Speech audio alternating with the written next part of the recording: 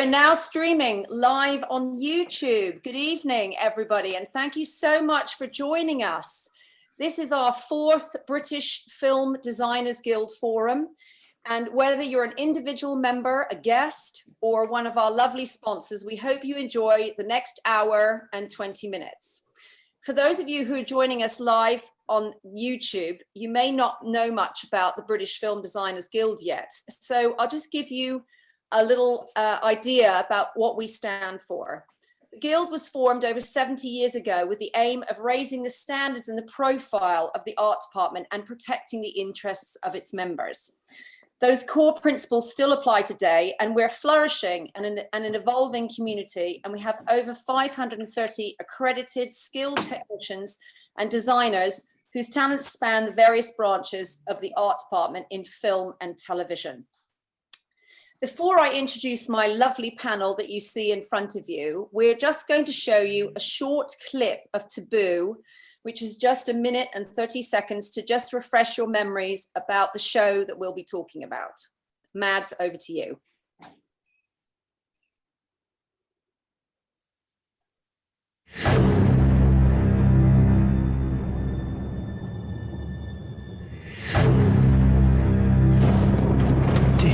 God, there walks a dead man. Is that your brother?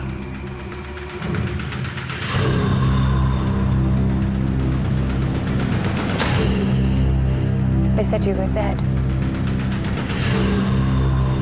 James Keziah Lane. You look the same. I'm not. I have sworn that I will do very, very foolish things.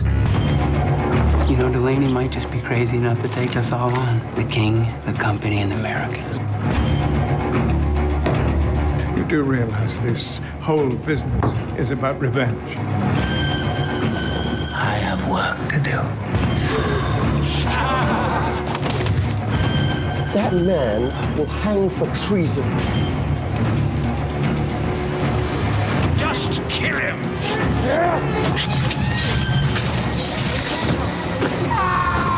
What the hell did you do to him, Stuart?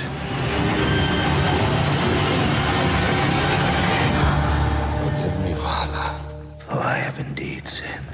Taboo, Saturday the 7th of January. So we're now going to get on without further ado. I'm going to introduce you to my lovely panel. I'm going to start with Dean Baker. Dean Baker was the executive producer of Taboo, and he is a partner at Hardy, Son and Baker, the production company that he founded with Tom Hardy in 2013. Dean was most recently an executive producer on A Christmas Carol.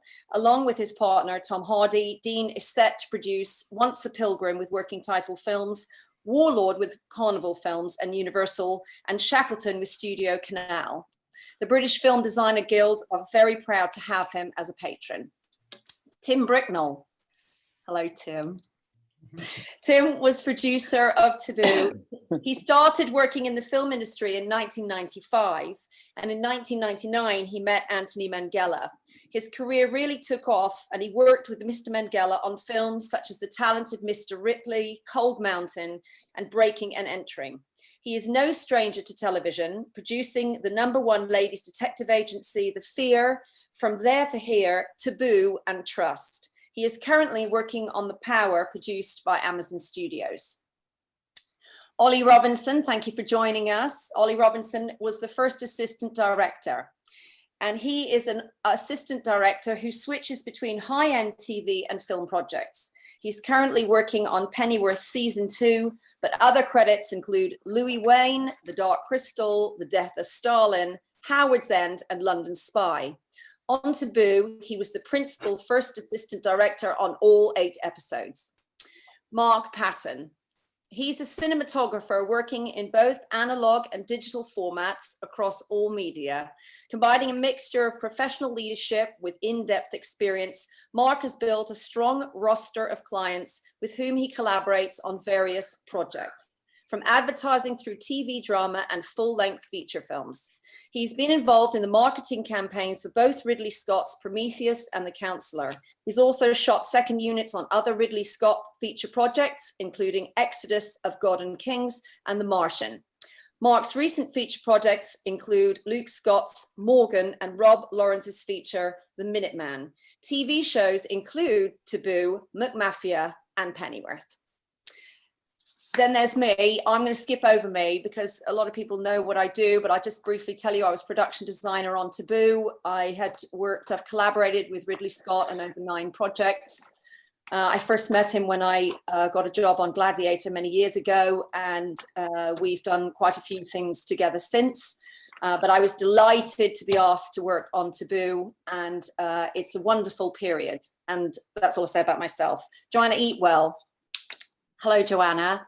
Hello. Costume designer, started her career working on pop promos with high-profile musicians like the Rolling Stones, Tina Turner, Queen, Elton John, Diana Ross, and many other big names. She eventually moved into television drama in 2011. She eventually moved into television drama, and in 2011, Joanna met the director, Peter Kosminski, and worked with him on the controversial Channel 4 drama, The Promise, which was filmed entirely in the Middle East. They worked together again on the BBC's epic Wolf Hall, for which she received critical acclaim for her costumes, and she was nominated for both BAFTA TV Craft and Primetime Emmy Awards. The hugely popular Tom Hardy-led period drama Taboo was where she won her first RTS award and received another BAFTA nomination. The exquisitely beautiful TV adaptation of the book, The Miniaturist, gained her another RTS nomination. One of her latest projects that she worked on was Venom, Let There Be Carnage.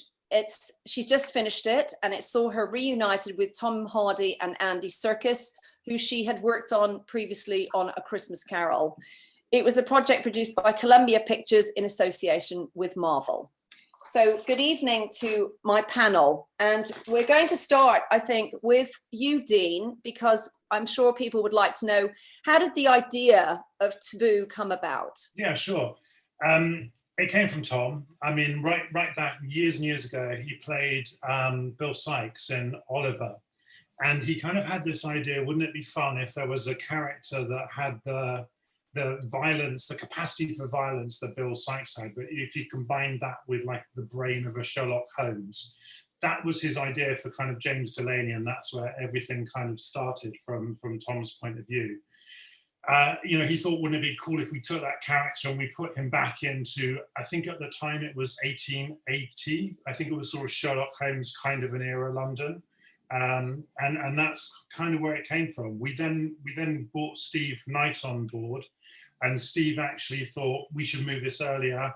No one's ever done anything really interesting with the East India Company and the Crown, and they were at war with America. So let's kind of make that our crucible for the show and put this character that you've got, really kind of quite fully worked out in your head. Let's put that into that world and see where it goes. And that's pretty much where it came from Tom's head. Well, it was certainly a brilliant. I remember being given the script by Ridley many years ago to read, and I just couldn't wait to have. I just wrote back and said, "Where's episode 2?" Interestingly, Ridley Scott was one of the executive producers. I just was wondering, how did you approach Scott Free to come on board with this project? Had you and Tom met Ridley before? I know Tom had worked with Ridley before on another project, but what was the idea behind? Yeah, no, Tom. I think Ridley kind of feels that he probably discovered Tom, and Tom probably thinks that Ridley discovered him, if he was being kind of honest about it as well, as he kind of gave him a role while he was still in drama school. I think the really honest answer to that is we didn't want to fuck it up, and we kind of knew that if we found a really experienced, because it was the first thing that we were doing, that was a big show, and we didn't want to get it wrong. So we thought, let's find a partner, and I kind of went out and met with several high-end, big drama producers that had done big shows. And Ridley is Ridley, and there was a relationship already there, obviously, between Tom and Ridley. I came from commercials, and I'd always had a really good relationship with RSA, and had worked with them a lot. So we all just kind of knew everybody and trusted everybody, and those kind of things were always about relationships, and we trusted the team that were there. The team that were there changed a little bit, I think, over the few years it took to get it together. But it was just about that mutual trust, and it's Ridley Scott. How can you kind of yes, and I think you probably with him, I guess I can speak about myself, but other people I've met along working with him, is that he is good at spotting talent. And so which brings me to Tim. Tim was the creative producer. He was the producer, but I'd like to think Tim is a very creative producer, which is a great thing for the art department. And Tim, they gave you the call, you turned up. I'm guessing you got to read the script. Did you, when you read it, did you think, I want to work on that show? Or were you not sure? Were you wondering where it was going to go? No, I love the script. And that's where it all comes from, really, at the beginning. It's really some fantastic writing. I love the period. Agreed with what Dean said. No one had really sort of tackled that period in a city setting, in the docks. And that's sort of such an important part of London's history. And obviously we've seen the countryside a lot with Jane Austen and stuff. But Georgian London and the dirt of that was really appealing. And I think it was probably, also you'd worked previously on other period productions. So, Cold Mountain, for example. So was it, the period obviously was a very attractive thing, I think, for all of us, if I could say that. And I think I'm glad, having listened to what Dean said earlier, that they didn't go for the sort of Sherlock Holmes, the Victoriana of it, that they actually decided to embrace Georgian London. And I think, do you not agree that helped to give it this sort of amazing sort of depth and darkness and dirt and evil? Yeah, I mean, I think we all brought our own darkness and evil to it, which is good. But it's definitely like a period. It's like a punk period film, Yeah. I think we probably were incredibly sort of accurate in terms of the detail and the costumes and the set dressing and the design. But it did have this writing that was, full of, visceral anger.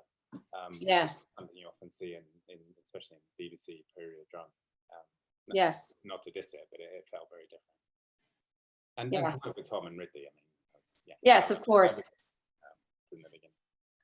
Tim, would you be able to just step a little bit closer to your mic, or put it up for us a little tiny bit, where you're a little bit quiet? And we love to hear what you have to say. Hear you now. There was, Tim, on that note, there was an incredibly positive reaction to the show. Obviously, being a producer, and you, Dean, too, and in fact, all of us, I think, that was one thing that, I get many people saying all the time, when's the next one? It was amazing. And but a lot of the comments I get about the production values being of a very high quality, I think it might be interesting for people to understand a little bit from you, Tim, about how you make decisions about the spend, how you are going to tackle that when you've got something like Taboo, and you're looking at the budget, you're looking, location, looking set. Yes, you talk to the other people in the crew, but initially you are the first person at the very beginning. And so maybe could you talk a little bit about that for people? Yeah, I mean, I think, we didn't have an awful lot of money to make the show. And I think Dean and Kate Crowe and Carlo Ducey wrung every penny to be had off the vine. But I think one of the big decisions that we all made together was to travel. We covered a lot of miles, and we went outside of the zone. We every single day we were somewhere different. And also I think Steve's writing helps with that. He doesn't, a lot of writers now have a very cinematic way of writing, which is lots of short scenes, not a lot of dialogue. And with Steve, you've got longer scenes with quite a lot of dialogue, which meant that you could spend your money in one place rather than in 15 tiny places. So I think covering miles, and I think very early on embracing visual effects, which I think worked brilliantly in the show, and we all worked really hard on that. and they're not, they're often out of focus, they're through a muddy window, but I think that added an enormous amount of stuff we wouldn't have been able to achieve. Yes, because I think, Mark, you probably agree, it gets quite tricky in London trying to film, when you're doing period pieces. It's quite difficult because you're often told, oh, no, you can't look that way. No, you can't look that way. If you're on a job and, then there's like, well, how big does the green screen need to be exactly to cover up that great big building? So I think those were possibly, maybe, we went to the fort. I think that piece, if there was a tremendous amount of CG that was put in the background there to create those layers going towards the Thames. Do you, Mark, when you initially read it, were you worried? Because you realized that you needed to show the scope of London and the scale of London? Yeah, I mean, I think it initially, as we were all collaboratively working in central London, in the offices, along with Olly, Tim, Sonja, Joanna, it became very, very quickly recognizable that we were all going to get on and try and create, and I love what Tim said, this kind of reflect what the narrative said, which is this kind of almost punk ideology of Georgian London. And we knew we were on a limited budget, but how could we expand your set at Tilbury Fort, which I'm sure that Olly and Olly, I don't know, you've got a mute button on, but maybe there you go. We've got a couple of pictures, I think, that we might be able to show while you're talking there. So that this is the expanse of an old fort down in Tilbury, which we went back to. I mean, Olly, how many days did we shoot for?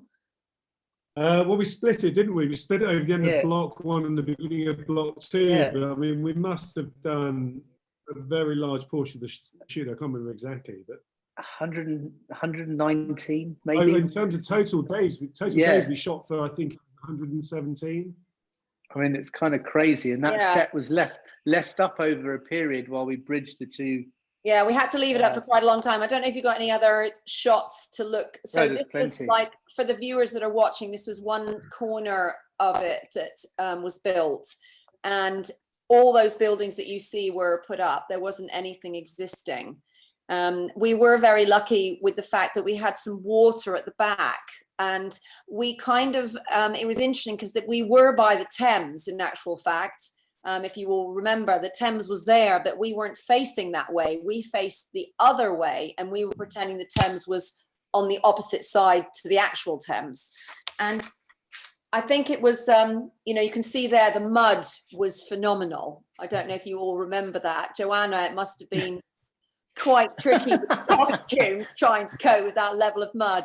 And I know there were a few whoopsies that happened, but it was, we needed that, didn't we? I think that was all part of, that's what London was like. And none of us, all the people you're looking at on the screen right now, we wanted to create that real London. We wanted the dirt, the muck, the filth, the stench. I think that's what's coming as we come out of lockdown. I think that's what's coming. We get out of lockdown.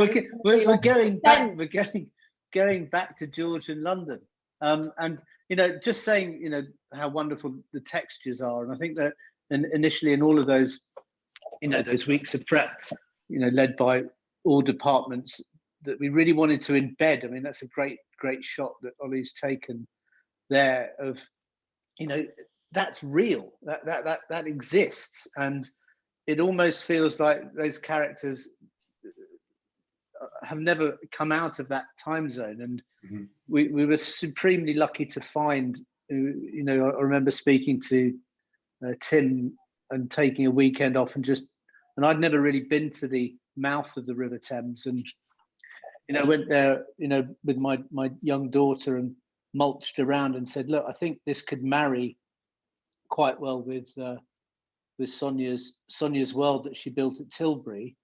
And then it was a matter of persuading Tim and just to see whether fiscally we could work along with, the Money Boys and Olly, whether he could, get all the teams down to this. I can't remember. That was a bit further than Tilbury Fort. It was wasn't further always... away. Yes, I was. Yeah. Yes, it was. And I think Joanna, I mean, just to talk about the tones that we've got in the slide we just looked at. The whole piece. I mean, for all of us, we all had quite a palette that we sort of discussed and we stuck to, which is what a lot of people do when they're designing. That's part of the job. But you can see, I think, for me, Joanna's costumes, your costumes were so full of layering and texturing and aging. And, they did look like they'd been washed 100 times. Yeah, and Tom's coat, you can see Tom's coat in this picture. If you just want to talk a little bit about it, his costume, that coat did like incredible things, and his hat. But yeah, I mean, I can't remember who said it. I think it might have been Tim, that, all the details in the costumes, although they are correct for that period, that sort of early Regency period. But then, once you understand what's correct, you can abstract and you can take it into character, and you can actually give the piece an identity, which I think is what we did. That they had to inhabit that world, the costumes. This period has been hijacked so completely by the Jane Austen world of buckle shoes, breeches, white frocks, sheep and grass. And this is an alternative view. It's almost like an alternative dystopian view of the world, but it's still real. And the people had to exist within that, that it had an identity. The whole piece gelled, it had an identity. Yeah, I think it's kind of, it was a very, for us, design-wise, you can see in this picture here, I love this. We were looking at this earlier, and it's just, if you look at the collar around Tom's waistcoat, there's that little bit of, looks like a bit of fabric just peeling itself back. I think, the edge of his cuff, not all of it is frayed, the little bits, maybe, that's where he kind of like, he's rubbed himself with it. I just think, for me, and also when you watch the show, Mark, it's not lost. You still get a lot of those things, and I think that's what a lot of people picked up on, is that that wasn't lost in it. Amazing. You can just, the patinas, the colours, and I think with the directors and everybody, that's what they wanted to really draw out of this narrative that Steve Knight had constructed, and it was to almost to create a richness and a tableau out of, and certainly I had no idea of this time in history, so to go and see locations that still exist of that time, apothecaries in the city of London is of that era, and yes. To walk into those locations and see for real the texture, the nature, the color of everything, and then try and represent that through costume and design, and all come together, was a very exciting project. I remember Sonja taking me down to see Hogarth's museum, and I hadn't been there. And the fact that there's brilliant, that picture in a Chaplin. So I think, in essence, it's almost like not out of touch. The locations still all existed to some extent, and then we could formulate a plan on how to really get timestamp the narrative onto all of those things. Yes, and I think the other thing though that I'd like to talk about that is very important is the set and locations, the costumes, the lighting, but Tim and Dean, casting something like this, finding the faces, looking at those Rowlandson drawings of those bulbous noses. Amazing, yeah. And I think that Tim, as creative producer, obviously you will have involvement with the script, and Dean, you'll be talking about the script, but also the involvement that you have in choosing these faces, these brilliant faces, was that something that you enjoyed about the show? Did you kind of, quite often, someone would turn up and you'd be like, oh my God, where did they find them from? Yeah, no, I'll answer for me. It's always, to me, it's always about the script, and we started off with such a phenomenal script that was always going to be, Steve's scripts are appealing to great actors, I think, and we were really lucky that he'd created such rich characters. And then I do think there's an element of Tom is exciting for other actors to work with also. But, to me, it was just a perfect kind of storm, really, of a great script, Tom in a lead role, which really enabled us to just go out and find phenomenal actors to, build those characters. And, that was what was exciting about it to me, and seeing those characters like, or those actors like Lucian, to come and create that phenomenal character, and to see Stephen Graham create, Atticus, it was just genuinely exciting. I think we were really blessed with the scripts, and to me that, that's where it all started. And Tim, I remember often going into your office when you were doing a casting session or you were about to do one. Do you find that, is that a fun part, exciting part of your job that you get to do? It is a fun part, and Nina Gold and Lauren Evans did an incredible job, as Nina always does. But I think the thing you often forget is, people cast the lead roles and everybody gets involved, and it's all exciting. But then you've got 100 other people to cast, and that goes on for ages. Yes, it really does. And some people would walk in and you just look at their face, like Chris Fairbank. I mean, you just gotta have him. You gotta have him. Yeah. Yeah. This is a really David great Heyman, cast by example. Joanna. Phenomenal. Yeah. He's got his nose, and it just he's just great. There were some great people, and Olly, I think that obviously, being a first assistant director, you form relationships with these people too, and that's another part of the job with the casting, is that you too get to meet all these different people, and you're policing them and talking to them. And Joanna, you get to meet them and shouting at them, you mean?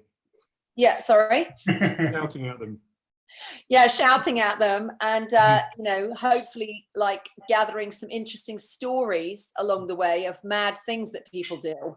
Well, no, but what I just wanted to echo what the other guys have said in terms of the richness of the show, and to further what Tim and Dini were saying about the casting. I mean, from my perspective, just coming on for the prep and the shoot, what an amazing group of people to get to work with. And you would think out of all of the characters that were cast, there might be an ego to deal with, or a few egos to deal with, but I honestly can say throughout the whole of Taboo, and I think the tone was set from the top actually, I believe Tom was on his best behaviour for us, and everyone came on board with that. So you had people from Mark Gatiss, Jason Watkins, Jonathan Price. I mean, amazing actors in the industry, and they were all honestly brilliant, highly professional, and just delivered on set. And for me to stand behind the camera and watch that was just a privilege, an absolute privilege.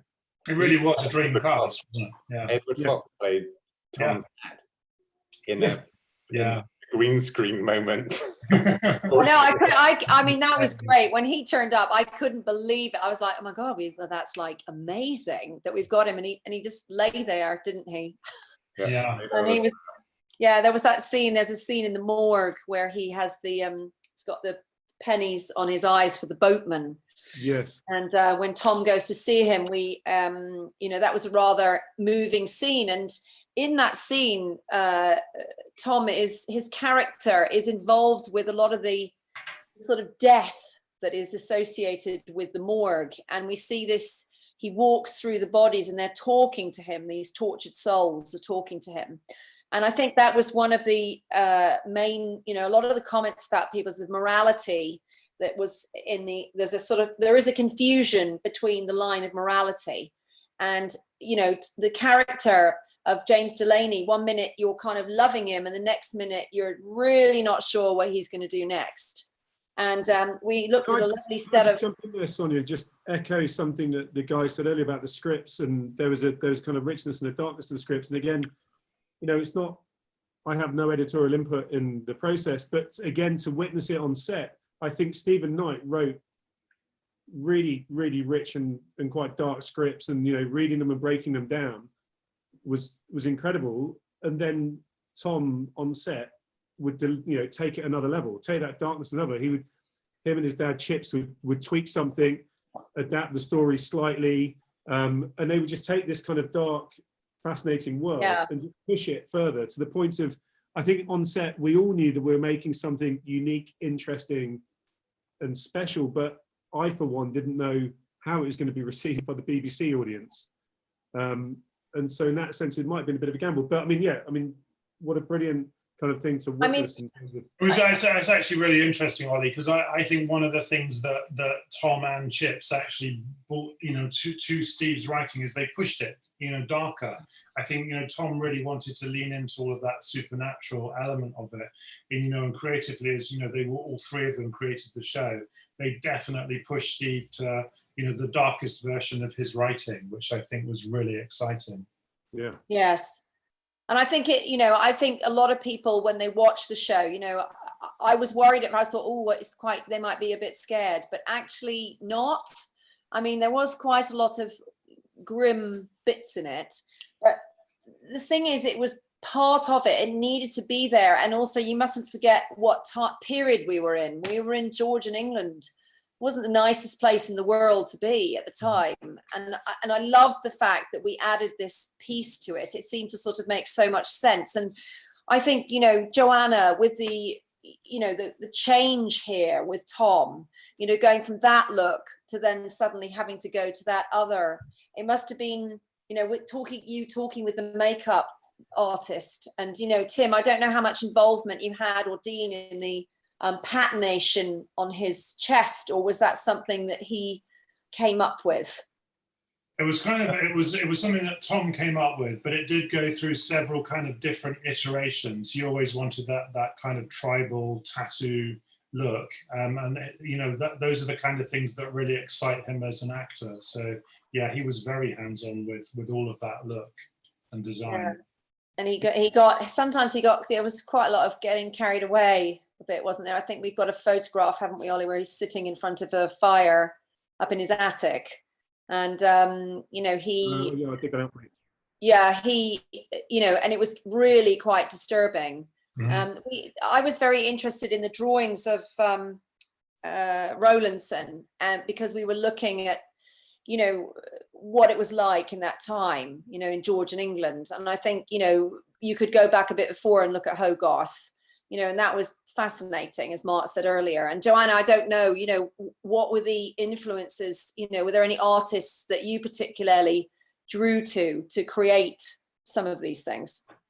I think the interest for me, and I talked to Tim about this at the very, very beginning, was to find a way of representing this period that was, as I said before, so far away from the accepted Jane Austen world. And when you start looking at the painters of this time, there is actually quite a dark side to it that is represented in art. Lots of stark figures against black backgrounds that we looked at initially. Yeah, which was interesting. Almost Goya-esque. Yes, I remember seeing images up on the wall in Tim's office. They were often, weren't there, Tim? There were reference pictures started. I think Christopher had been talking to, one of the directors had been talking to Tom, and everyone sort of like started getting into it, because it wasn't clear at the beginning, to be honest, in the script, really. It sort of evolved as something for us. And I think we had a scene, didn't we, up at Hatfield House with a snake, didn't we, Mark Patten? Yes, that was... we had the lovely Emma Dale doing the animal handling for us. She was incredible. She's amazing. We've got a lovely picture of myself and Emma. And Olly she will stop at nothing. Emma dressed as a man. She might not be thanking I told her, I warned her we were going to show the picture, but there is nothing she'll stop at to get the shot. And she's so good at what she does. And I think Tom couldn't get over the night at Hatfield House when she turned up because we had to do this scene with a snake. And I don't know where you were, Tim. I can't remember if you were down there. I know I was in the house, and I just remember I could almost hear the hysterical screaming coming from Mark Patten. Because I wandered down a path in the middle of Hatfield House Forest, and there at the end, underneath this kind of ancient oak which I think Olly had found, you know, where we were going to shoot the scene where Tom was going to turn into Snake Man, was Emma in rather a fetching outfit, I seem to remember. Stocking net all over her with the snake wrapped around her torso. And I was like, Emma, what are you doing? And this is, I think, mid-November. It was a very cold night in Hertfordshire, and there was a young animal handler with a boa or whatever the python was wrapped around her almost naked body. And I said, what are you doing? She said, I'm warming the steak ready for Tom.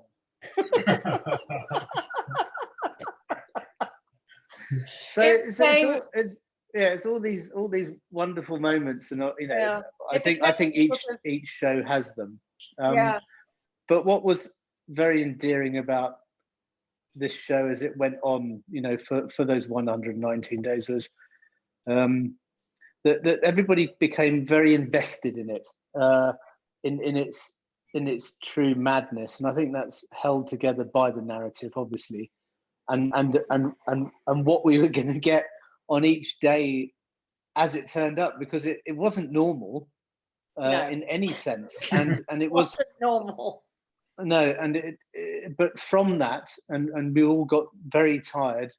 I think there's something, you know, it's lovely to see it come out again during lockdown on our iPlayer. You know, I mean, I didn't even know about mollies. Well, as soon as I found out about a molly, well, I'm invested. Oh, that was just the best. You loved that day too, didn't you, Tim? That was a good day. That was a good day. We were at this location, Dorney Court. I think it was Dorney Court. And we had to use various rooms for various different things. It wasn't just one thing. But then we did this moising, and that's a lovely picture of Anders, the director of the second block, and he just totally, I mean, it's brilliant, and they were all so great, and it was I don't know, it was a really brilliant day. And Olly, say what you're doing there. It was actually my birthday. What a great place to celebrate your birthday. So game, those guys, they were brilliant. There was lots of things going on with lobsters and all sorts of things in bedrooms. I don't know what. Yes. Anyway, and it was just, and I think the thing is about the show when you watch it, and I think you know, I know, is that we all really enjoyed it. And I can't always say that about every job I do, that I can't say that I enjoy it, but I felt like you were allowed to be free. I think, Tim, that's one thing I just have to say about Tim being a creative producer, is he allows you the freedom, and he's very good at allowing you to express yourself. And he doesn't start saying, no, you have to do it like that, don't do it like that.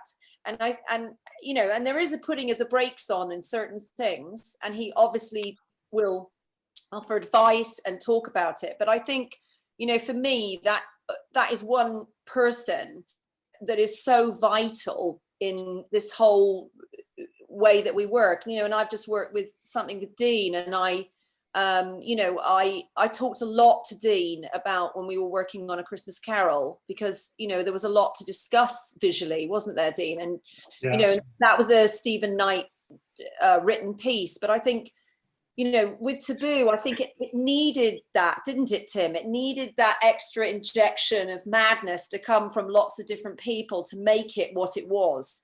And you were like the sort of ringleader, trying to sort of like keep us all in shape, and we were trying to keep you in shape and keep it going, right?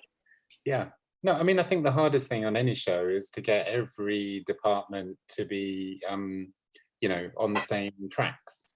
Mm-hmm. And I think beginning with the reality, as Joanna said, if you really do get into the detail on a period piece, you are then able to extrapolate and make it individual to your show. And also, you know, I have to say we had Tom on set almost every day, who I think was the biggest barometer, because there were days where he'd turn up and say, this isn't right. Mm-hmm. He was never wrong. Yeah.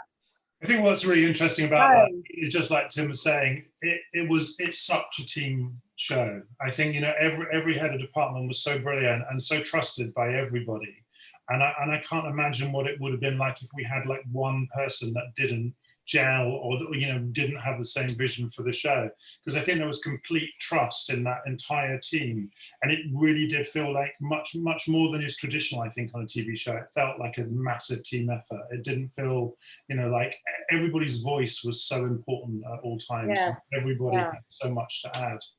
I mean, I would say that for me, reading the script, you know, Stephen's writing, when he writes, he gives you quite a lot of description, you know, when he's talking. And he might not be always right, and I might flag him on a few little period details, but I just feel that part of it that he provides is so important to sort of help you.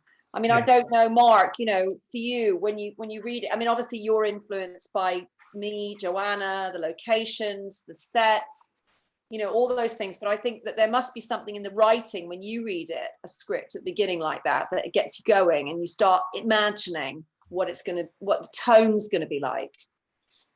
Yeah, and I think it comes back to, again, the collaboration. But I think the directors, led by Mr. Bricknell, wanted to tell the story from the main protagonist's view. So that then set a lot of camera motion and movement and visualization up. Yeah. In terms of that, we're always going to be with the main character, and then how do you transcend his dark past to, you know, how do you recreate the jungle of Africa in Epping Forest? And Olly's got a great picture of Numi Rapace, his mother, you know, in flashbacks. And the question of the earlier two shots I showed were some tests which Tom didn't like on his face, but then in the edit that came back. So there was never a moment when we couldn't express anything, and all the tools were there to availably do that, and nothing was ever questioned. So when you have that amount of confidence in your team, you're going to get something either that's going to work. And I think the bigger public did enjoy the show. That's why they want another stab at a season 2. Yes. But Mark, just to add in, like, there was experimentation as well, isn't it? There's a lot of experimentation on set going on, especially always with those flashbacks. You know, it was kind of flashbacks filming. The scripts were there, but then we would go off on tangents, and people were allowed to experiment. And you know, Tim would free up the resources for people to do that, and you never quite know whether they're going to stay, whether they're going to stick. But whether it was in the end sequence at the docks and the big shootout, you know, again, there were bits that were changing all the time, things that Tom was wanting to play with, that the directors were wanting to tweak and play with. That it was a lot of experimenting going on in front of us. Yes, I think all these things are always about like big swings, aren't they? I think every kind of big drama show should be taking big swings, and sometimes you're going to get it right and sometimes you're not going to get it right. And I think that kind of followed the whole way down through the team, so everybody was encouraged to take big swings. And you know, going back to that team thing, everybody was kind of encouraged to bring, you know, their best ideas, their bravest, maddest ideas, and you know, we would go for it. I think, Dean, to come back with that is that on some of these bigger shows now, I certainly, you know, discussed with Olly on Pennyworth is systematic coverage. So there was never a question on coverage on Taboo. It was like, here's the scene. I would go with Olly and the director in the morning to a cafe in Tilbury. We'd come up with a plan. You know, there'd be people going down the road the other side at 5. We'd come on set at 6, and that's what we'd shoot. And whether that was with without getting geeky about it, a small DSLR camera to evoke, you know, the griminess that Joanna had given us. It was never a template. Whereas I found on a couple of shows that I've done recently that we have to deliver certain aesthetic for the studio, which I do fully understand. But what you then get is a solution that it's good, it works, but you don't get a twist or a depth or a nuance. Yeah. And it's really interesting point. Yeah, that's what I absolutely loved about working with on Taboo. I think we were kind of we were lucky because Hardy Baker and Scott Free were the studio, and I can't imagine we would get it exactly right. You know, we've got our deal with Fox, and I can't imagine that we would be having those calls about you need more coverage, you've got to do this, and you've got to. And we never kind of worried about that stuff, did we? And I can remember actually having a conversation with Tom once when. I think he was late on set and we were getting like very limited amounts of coverage. And he was just saying, it doesn't matter if we just do it once, as long as it's right. And it's, you know, it's from one angle and it's one take, as long as it's great performances and we're all there, it doesn't matter. We don't need to shoot it from half a dozen different angles. But I mean, that's clearly scary, I think, as a producer, but it's also really exciting. And I think we got it right. I think going forward, we might be in that situation right now where we can't go in for coverage and we have to come up creatively again and do stuff which is visually arresting to tell these stories. Yeah. Because I think we can hang back and let, you know, action happen within the frame at a distance point, and all of us come together and get back to work. And I know it's difficult, but it might be, you know, a push to something, again, pushing the envelope rather than the systematic, here we've got another big Netflix, Amazon show that is just pushing out the factors. And what is the creative? Whether it works or it doesn't, you cannot deny that Taboo was not creative. No. I mean, I think, you know, I mean, a lot of the things I've read, you know, I read a little bit before we were going to do this about, because I hadn't really read any of the articles that anybody wrote. And, you know, people used words like freshly unique, gloriously offensive. And I actually, and delightfully vicious. Yeah. And the thing is, I don't take that as an insult. I take that, I'm like, yeah. So we did our job then, because that is, I think, what we were attempting to do. I moving off, I just want to move off because of the time situation. And I would like to, much as I love, that picture's amazing of Tom. I mean, that is gloriously offensive. Done. But for others, it's freshly unique. Yeah. You know, yeah. And again, it's short, you know, this must be a recipe, Dean and Tim and Joanna and Olly and Mark, for you know, what's next? You know, Taboo 2, is it going to carry on? Do we get to see more of James Delaney? Is there more of I'd like to talk a little bit about the East India Company, because that was a terribly important part of the story, which Joanna, I think for you, it must have been quite fascinating to go from very shitty, poor, dirt, death and destruction into going into the sort of the very zhuzhy world and the glamorous world and the moneyed world of the Prince Regent and the East India Company, who at the time, I believe, am I not right, Dean and Tim? I think I'm right. They were one of the richest, most powerful companies in the world. Yeah, I think they were like a country, I think. You know, they had their own army and, you know, and phenomenal wealth. They were like Apple and the CIA kind of combined, was how I think Steve Knight described them. And I think, you know, Joanna, you know, we did this picture here for you. I mean, you know, it must have been quite fun, you know, and I know you've done it before.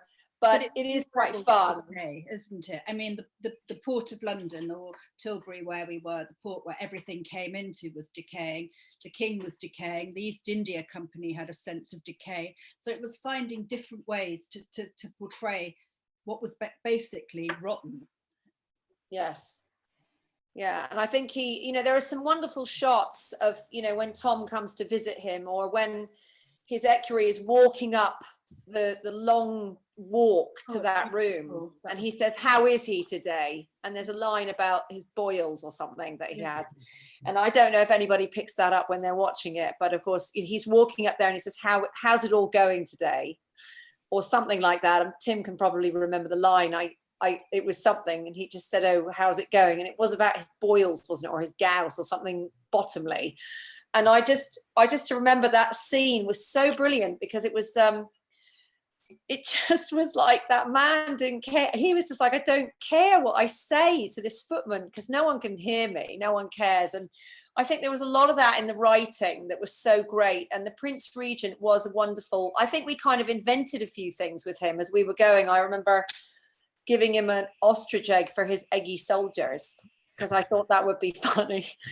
And I never thought anybody, I honestly didn't think anybody would go for it. I thought they'd be like, "Don't be so stupid."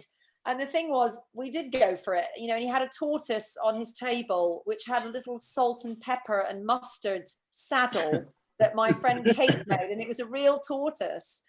And he had this mad rabbit. It just kept getting madder. Like, I kept saying to Tim, we've got to come up with some mad animal, you know, because the Prince Regent did have lots of animals, and he had, you know, he had like a zoo, and he had the first giraffe, I think, and that's, you know, and that's why, you know, all those animals were in there with him.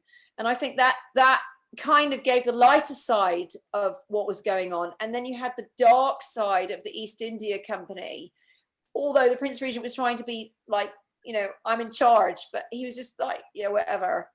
And, you know, Joanna, you know, it was great for you. You had a great cast for that. Jonathan Pryce. I mean, that scene when he's sitting, I think you just showed the picture with him sitting around the table, and he sits there and he's got his coffee pot.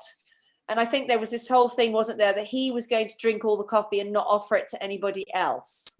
Because, you know, it was that whole like up yours thing. Good value, Jonathan, whenever, you know, he's a joy to work with. I mean, he was, you know, and I think probably going to those locations, Mark, you know, the size and scope and scale, and trying to match them, you know, the endless conversation we had, how do we match them? So we used the black and white floor that was in one, and we used black and white floor in another one, so that we were saying that's East India, you know, that's the palace is the one with the other thing, and that was how we did it. And we were very lucky, you know, in England, we do have these wonderful locations that we can go and visit. And yeah, I know. I think what we're finding now is, you know, the fact that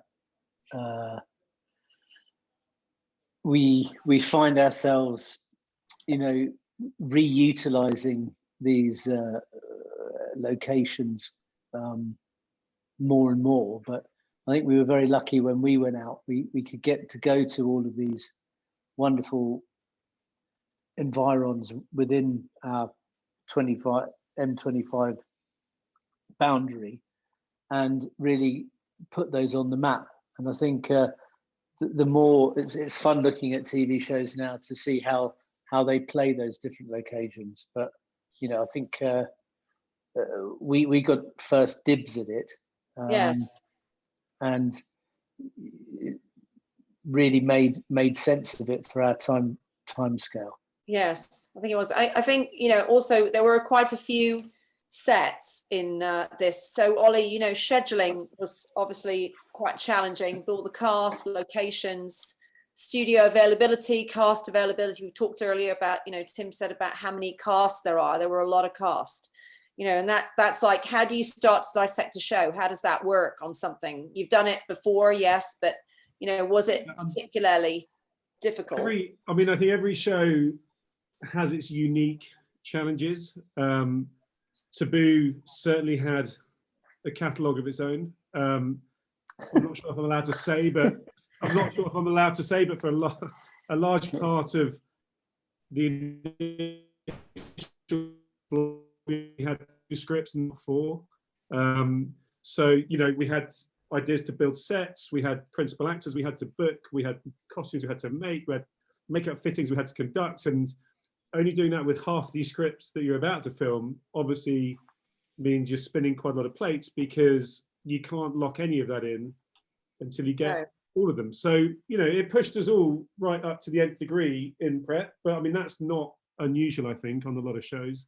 But when you're filming such a heavy period as the early 1800s, it raises that challenge just a little bit more. Yeah, I think you're right. Yes, and I think, Joanna, you know, for you as well, it's very important, isn't it, the scheduling, because it's about the, you know, when you need to get a costume ready, you need the casting to happen. Yeah, it's if you don't know the entire arc of a character, it actually makes it very difficult, because if you know the arc and you know what the events are, the points or the beats are you going to make that? Are you going to make 10? Are you going to make 1? You know, how do you do it, and how do you budget that in time, labor and money? And if you don't know that arc, you know, you're taking tremendous risks when you guess. Yes, you really do. But I think that was the point. In a strange way, going back to what a lot of people have said, the one thing about Taboo, and I think we all got it, was to expect the unexpected. Yes. You know, well, I think that, and I think that, you know, we've talked about that before, and I think that is, you know, when we talked about the bits with Tom, you know, when he did all the sort of going back and all the nightmarish scenes and the dreams, and, you know, I think all of that was, was he going to jump into the river? Yeah, I almost feel like I'm kind of glad it wasn't seriously scripted, because I just really don't know how you would. But I think, again, you know, by expecting the unexpected, that once you embraced that, it freed you up to a large extent. And somehow, you know, between all of us, we managed to manage the unexpected. There was always some way out of the you know, the dead end or the corner that you ended up in. Talking of the unexpected. I wasn't expecting that. Yes, there you go, Joanna. Slightly surprised in that. Oh dear! Look at Tom's face. It's the other Tom. He's actually that. Olly, can you just explain what your essays are doing there? Do you want to explain what's going on there, Joanna?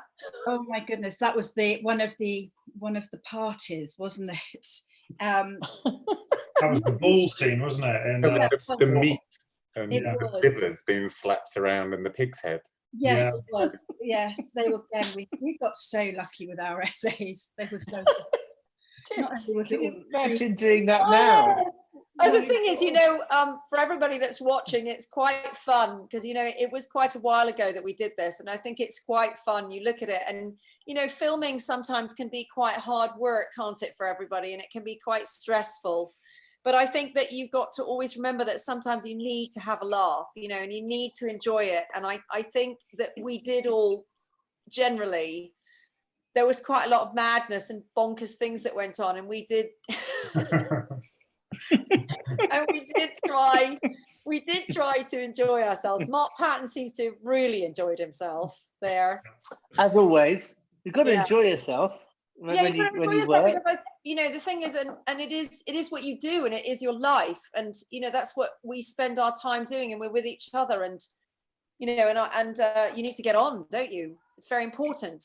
And I think you know, Dean, you've got a very strong relationship with Tom.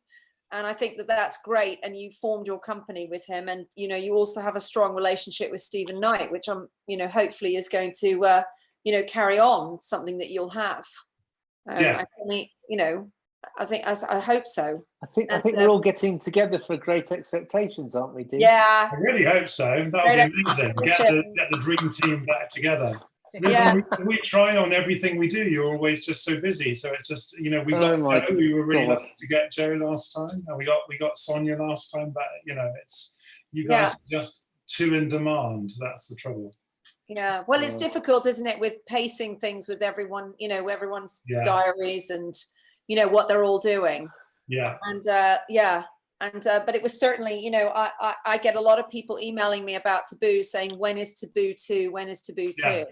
And you know, I'm very pleased that it's on at the moment, isn't it? The BBC are still showing it. And Yes. On the iPlayer. Yeah, they relicensed it for iPlayer, I think because of the lockdown, which is great. So it's really nice that it's back out there with kind of audiences again.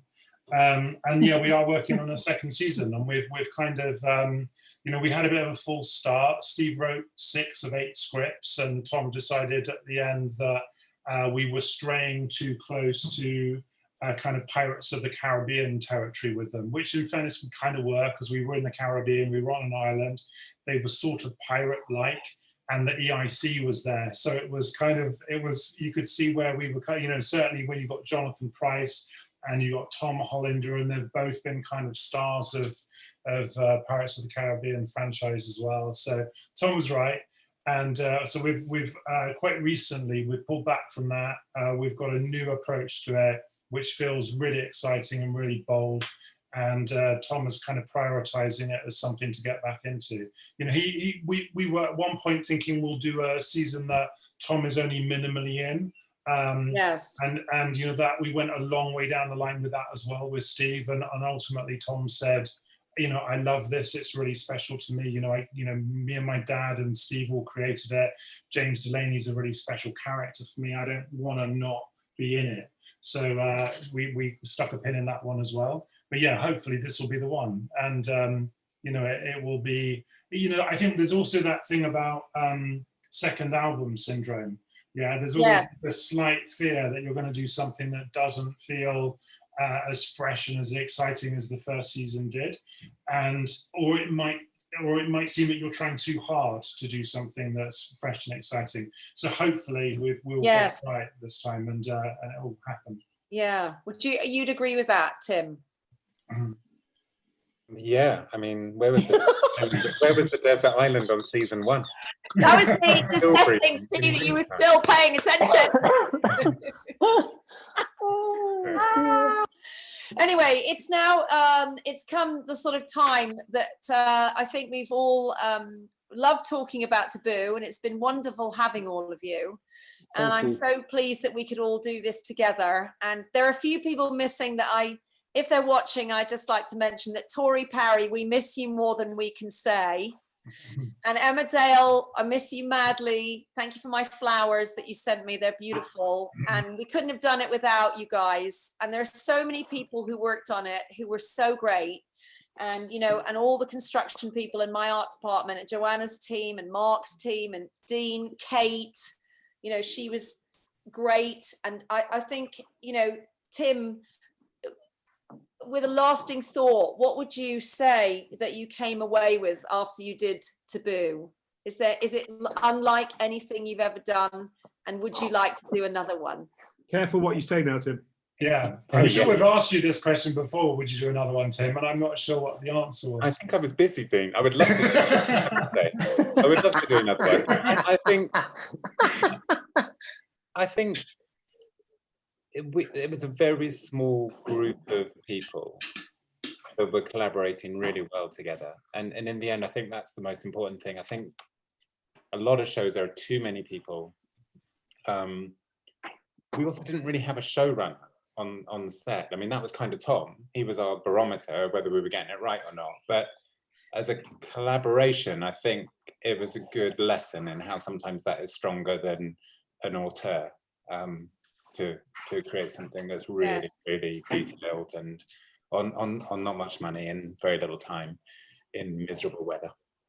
I think it's very. I mean, I'd have to say from the art department to any of you who've ever worked with Tim Bricknell, that it is very important that when you haven't got much money, and I don't know if Joanna and Mark, Dean, Olly, you'd agree with me. I think it is very important that you be nice to each other and you enjoy each other's company. And I think, there's a picture of Tim. That is a very short story, which I do think we can tell very quickly before we say goodbye. If Tim didn't do season 2, it's probably because in season 1 he had to write his will at the end of the shoot before he got in a helicopter to go and shoot aerial photography because he was quite hungover. There's a Mad Hatch plan. We went all the way down to Devon to go to this wonderful wonderful port where you can actually shoot old ships. And so I was requested to go on board the ship that morning, at which point Tim said, I will shoot the aerial unit. You suggested it. No, I didn't. And at which point then we went for a pint of beer when we were able to all go for a pint of fucking beer. And Tim wrote his will out over a nice pint of Breakspears on an early summer evening. And off he went and directed the opening shot, which I must say, watching the little stinger at the front of this talk, I was like, right, I'm getting into this. Let's watch it. But the opening shot is it's really good of the boat. It's like worth $1 million, that shot. It looks like we had like tons of money. It's Tim Bricknell in the helicopter. Mark, there's one thing on that boat that people probably don't know about. And after the session in the pub, after the session in the pub, unfortunately, I volunteered, and we all thought, oh, what a great idea. I can go get some extra shots if I dress up as an SA and become one of the crew members on the boat. So off I toddled after quite a Sorry, Joanna. And Joanna dressed me in rather tight lederhosen. I don't know why. And as the helicopter came tilted up over the English Channel to discover the good ship Nothing, guess old who numpty was heave-hoing over the top of the bow. And you know, another great moment on that show. It was fun. That was down Thank you all. Charleston Harbour in Cornwall. Yeah, it was great. Well, that worked so well, didn't it? I mean, they just run off around the corner of your set in Tilbury, and just round the corner there. I know, it was clever, wasn't it? So well. It worked so well. We were so lucky, weren't we? And the visual effects that they did was just great. They did a lovely job, didn't they? Blue Bolt. Yeah, they were great. Blue Bolt were fantastic. Big up to Max Richter for the music. Amazing. Oh yeah, the music, yeah. And Boom for the sound everybody. design. Amazing. Yeah, everybody was great. Yeah, so let's come on, Dean. Come on, Dean. Get that. Come on, Dean. We're all there. Get the dream team back together. That'll be great. Yeah, it'll be great fun. Right. Anyway, I'd like to thank you all for joining me this evening. We're going to sign off now. And I'd like to thank you all so much. It was very interesting and entertaining. And you can watch it. If you wish to watch your performance, you can see yourself on YouTube, just in case you want to look back again and see how fabulous you were or not. Anyway, it leaves me to say thank you to everybody who's watching. And we will have more from the British Film Designers Guild. And I hope that you'll all tune in next time and see what we've got in store to share with you. We'll say good night, all of us. Good night. Cheers. Bye. Good night. Thanks, Matt, very much.